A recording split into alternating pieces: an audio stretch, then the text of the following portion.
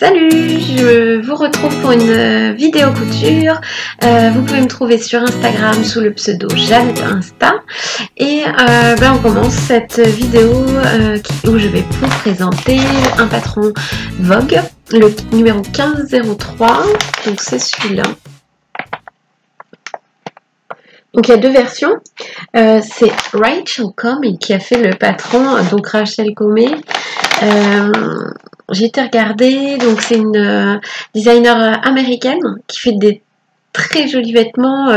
Il y en a notamment un, je vais aller voir par curiosité ce qu'elle faisait, qui m'a tapé dans l'œil. Donc c'est un top avec des manches bouffantes. En fait le top il est noir en sorte de plumetis et la manche elle est un peu bouffante comme ça. En fait à la moitié de la manche c'est un peu bouffant, transparent, c'est magnifique. 530 $. Bon, je suis contente d'avoir cousu son truc pour 20 €. Donc voilà, oui, donc le patron coûte 20 €. C'est assez cher. J'ai acheté ça avec des petits sous qu'on m'avait donnés. Mais c'est vrai que sinon ça m'aurait quand même fait pas mal hésiter. Après, j'ai appris que, je sais pas si c'est, enfin, ça doit être tous les patrons McCall, où il y a régulièrement des promotions. Seulement ça, je l'ai su après. Puis après, vous savez comment c'est, hein, on a envie de l'acheter, on l'achète tout de suite, et voilà, assez peu de patience là-dessus. Voilà, donc je l'ai acheté à Diffuse Laine, et j'en ai profité pour prendre le tissu en même temps. Donc c'est 1,60 m de tissu qu'il faut pour ma taille. Ah oui, les patrons Vogue, alors je sais pas si c'est le cas pour tous, mais j'imagine que oui. C'est une pochette taille standard, on va dire, et une pochette grande taille. Donc je choisis mon patron. Donc je crois que je l'avais vu sur un compte Instagram. Bon, je vous noterai le nom. Non, en fait, je crois que je l'ai enlevé le compte que je suivais. Bon, bref, on s'en fiche. Donc, je l'ai vu sur un blog Instagram, sur un compte Instagram, et il m'a beaucoup plu. Donc, je m'étais noté le numéro, je choisis mon patron, je choisis mon tissu, et j'arrive en caisse, et je lui demande le patron, et là, elle me dit, alors, vous voulez de telle taille à telle taille, ou de telle taille à telle taille? Et en fait, du coup, j'étais perdue, parce que moi, j'avais pas pris mes mesures, voilà, je savais pas trop, vu que j'étais plus ou moins dans la limite supérieure ou inférieure de l'un ou de l'autre. Donc, j'ai pris la plus petite taille, hein, ayant confiance en l'avenir.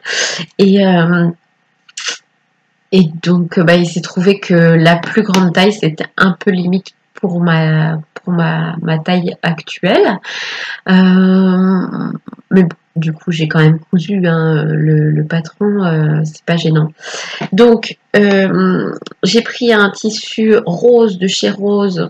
Enfin, il est quand même pas comme vous. Il est pas aussi Barbie que ce que vous voyez. Ah, pleurs de bébé. Donc, c'est pas aussi Barbie que ce que vous voyez. Mais il est bien rose quand même, hein. Donc, c'est un plumetis vraiment ultra léger. J'imagine que le plumetis, c'est juste le fait qu'il y ait les petits pois. C'est pas une sorte de tissu.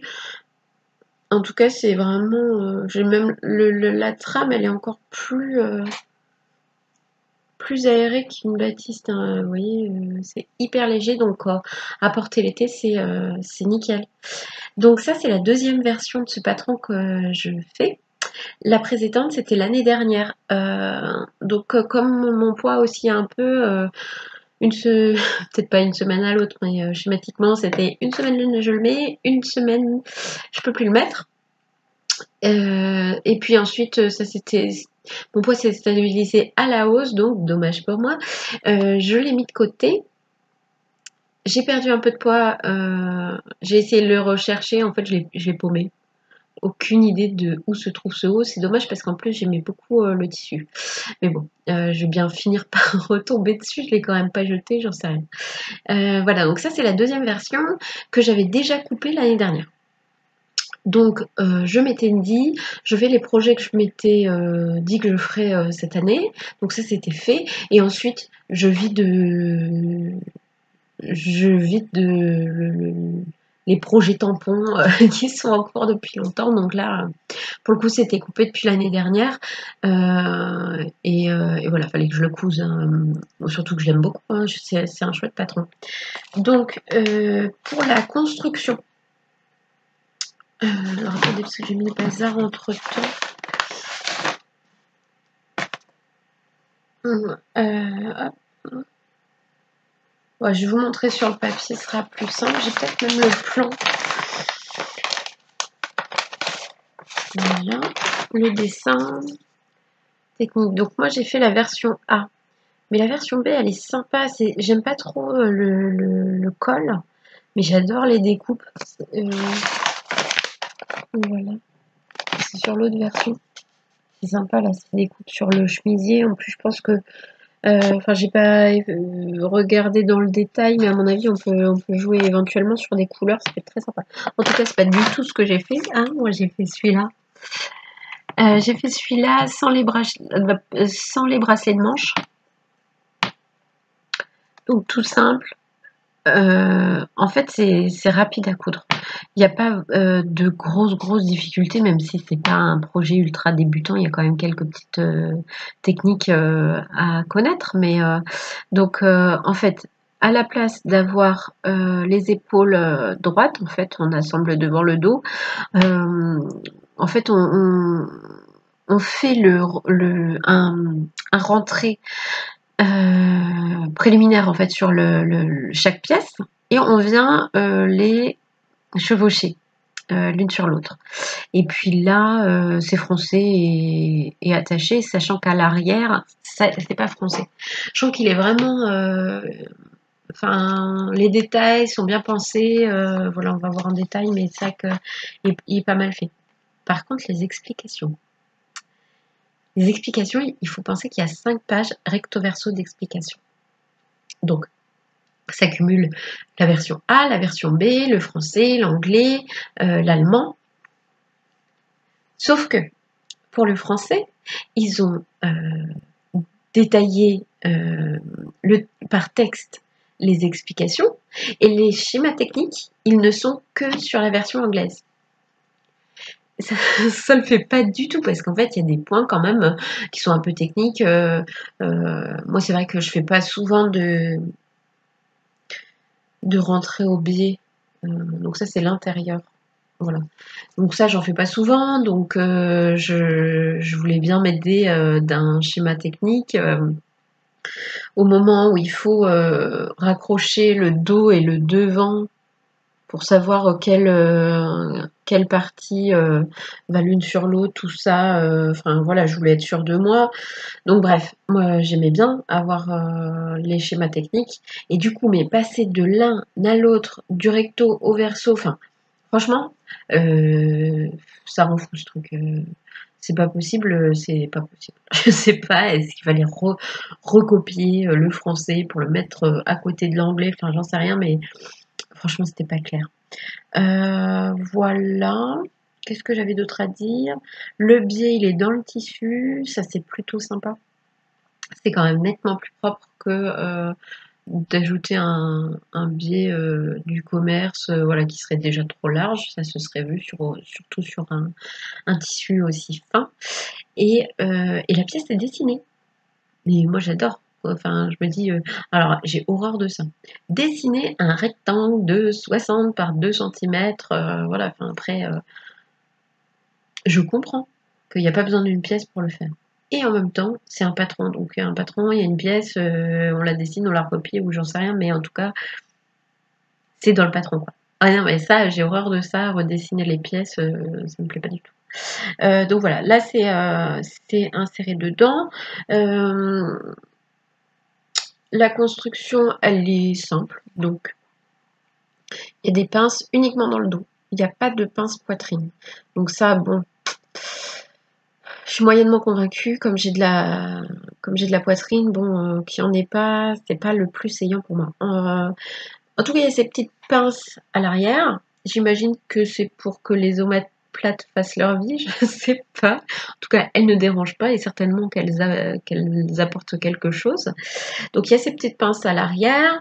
Ensuite, on coud complètement chaque ourlet de chaque encolure à l'avant, à l'arrière, et ensuite on bâtit en fait l'un sur l'autre.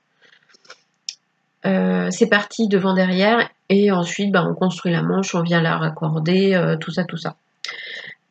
Tout est en couture anglaise, donc ça c'est super propre, ce qui est vraiment vraiment une bonne nouvelle pour mon tissu, parce que comme il est très transparent, ça fait une jolie finition. Il n'y a que les emmanchures qui proposent de ganser. Moi j'ai pas fait. En gros c'est rajouter un biais pour éviter d'avoir ça. Pas très joli du tout. Voilà, mais franchement, déjà je vais pas le porter tout de suite. Donc si c'est pour l'été prochain, cette année, l'année dernière, je l'ai coupé. Cette année, je l'ai assemblé. L'année prochaine, je le ganse. C'est sûr. Donc voilà. Ensuite, dans les détails aussi sympas, c'est que c'est froncé à l'avant. Voilà, c'est froncé à l'avant et ça ne l'est pas à l'arrière. Donc, ça froufroute. J'entends Eva qui hurle derrière, enfin, en rigolant. Et ça évite en fait l'effet montgolfière. Donc ça, je trouve que ça c'est très très bien. Moi j'aime beaucoup les fronces, mais après il faut pas non plus que ça fasse meringue, marguerite ou je sais pas quoi. Voilà. Ah oui, je vous ai pas dit la piqûre de soutien. Comme la pièce, voilà. Les pièces avant et arrière, du coup comme elles vont se chevaucher, elles ont une construction très particulière ici. En fait, en vrai, on a même l'impression que c'est plus creusé que ça. Et en fait, comme c'est un peu comme ça, c'est très élastique. On est quasiment dans le biais. Ce qui fait que avant de faire quoi que ce soit, on fait une piqûre, comme ça maintient le tissu qui aurait tendance à s'étirer. J'ai vu d'ailleurs que Elsa d'Urban Ferry avait fait une vidéo là-dessus. Je vous mettrai le lien dans la barre d'infos. Elle est super bien faite, on comprend pourquoi, comment, enfin c'est vraiment super bien détaillé, vraiment très pédagogique sur la piqûre de soutien. C'est vrai que je sais pas pourquoi il n'y a pas beaucoup de patrons français où il y a une piqûre de soutien, alors que les patrons anglais, américains, j'ai l'impression qu'il y a quasiment tout le temps une piqûre de soutien. Je sais pas pourquoi. En tout cas, c'est bien utile. Vous pouvez le faire même quand c'est pas indiqué. En fait, dès lors que vous sentez que votre tissu va s'étirer un peu, notamment à l'encolure, et ben du coup d'avoir ce fil droit qui vient tenir tout, ça évitera la déformation déjà à la couture. Puis après, dans le temps, ça se tiendra bien. Voilà. Franchement, allez voir sa vidéo, elle est très très bien. Voilà. Je crois que j'ai fait le tour. Je vérifie.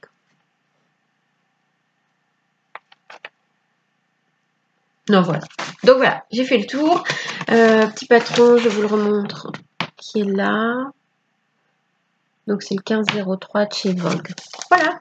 Et ben, j'espère que ça vous aura donné envie d'aller voir ce patron, d'aller voir ce que fait Rachel Comey, éventuellement. Voilà. Et ben, je vous dis à bientôt.